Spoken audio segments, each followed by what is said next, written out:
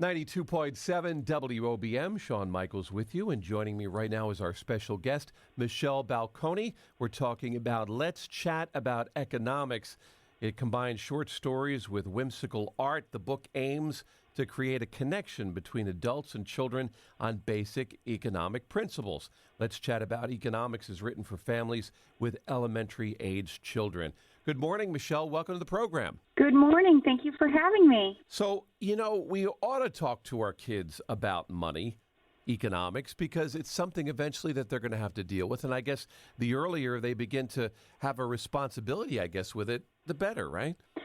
That's true. And one way to think about it is that we teach our children sounds and letters before they start writing words, sentences, and stories. So the idea here is to teach children economics, which really is just the study of choices we make every day to be happy, whether it's financial or just how they're using their time. Now, you teamed up with Dr. Arthur Laffer to write the book, correct? That is correct. Dr. Laffer is a very well-known economist. Yeah. How did you guys meet up and how did the project get put together? Sure. I saw Dr. Laffer present in Detroit, and he has a very lighthearted, plain speak way of talking about economics. And that evening at dinner, my husband and I had a great conversation with our children about economics and wondered what their examples would be once we explained the definition of scarcity and supply and demand. And basically that really great conversation turned into a need for a book that didn't exist. And I reached out to Dr. Laffer and asked him to write with me. Now, you talk about economics. We have it in school.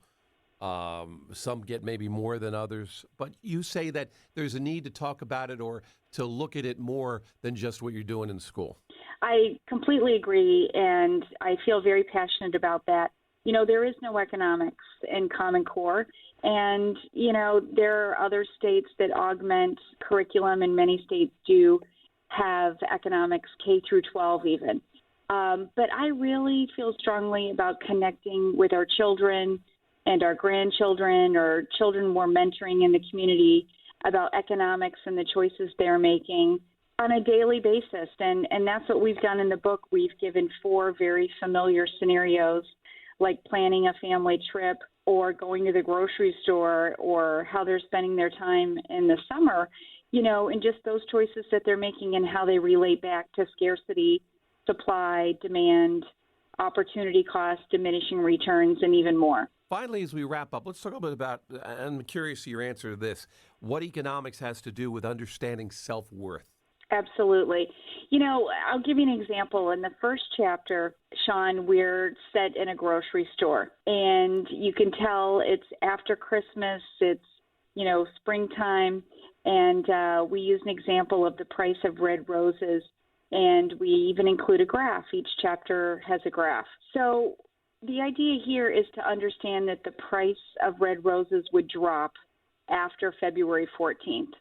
We talk about the relationship between supply and demand. If children can understand the price of red roses, if they can understand, why a green shamrock cookie would go on sale March 17th, and 18th, then they can understand that they are a very unique, scarce resource in high demand. There's only one of them, and they have a very high value associated with that. That makes sense. I mean, when you think about it, the different ways to look at it that way, that does kind of explain, a lot with that. I think the book is fantastic, and I guess the approach of having kids kind of look at this, because it's one of those things that they're always going to have in their lives. Like, I took chemistry, but I'm not a chemistry teacher. I have nothing against chemistry, but economics is something, though, money, things like that, will be with us our whole life, It is with you your whole life, regardless of your age. Think of it this way. I work with a lot of children in school. And, let's just say usually I'm presenting about 10 or 11 a.m. Children can raise their hand and tell me examples of choices they've made just up until mid-time during the day. They chose to get up. They chose what to have for breakfast, what to wear. They all were economic choices. If you want to sleep in an extra 5 minutes, there's an opportunity cost of that. You know, you may have to run to the bus stop to catch the bus because you slept in an extra 5 minutes. Yeah. You may have had to hurry packing your backpack. Maybe you forget your homework. There's fun ways to talk about opportunity cost. Are you going to have a peanut butter and jelly sandwich or a turkey wrap? The thing that you don't choose is your opportunity cost. Yeah. And, we do use some money examples, some financial examples in the book, but the idea is that economics is really choices you're making. And in fact, I would ask everyone, anytime you hear the word economics, just replace it with choice, because that's what you're doing. And kids make choices all day. Make it fun for them. Teach them the real words. We use the real economic terms in the book, complete with a glossary. Excellent. And the other thing that's really fun to tell children is that, once they understand basic economics, which we have in this book, they know just as much, and some would argue more, than any person running for president right now. Well It's said. all Well the said. same language. It's all the same language. And I really can't think of anything, more full of love to do for a child than to give them information that they can act on for the rest of their lives. Exactly, and to make them be able to be economically sound. The book's available hardcover, paperback, and on Kindle as well. Yes, absolutely.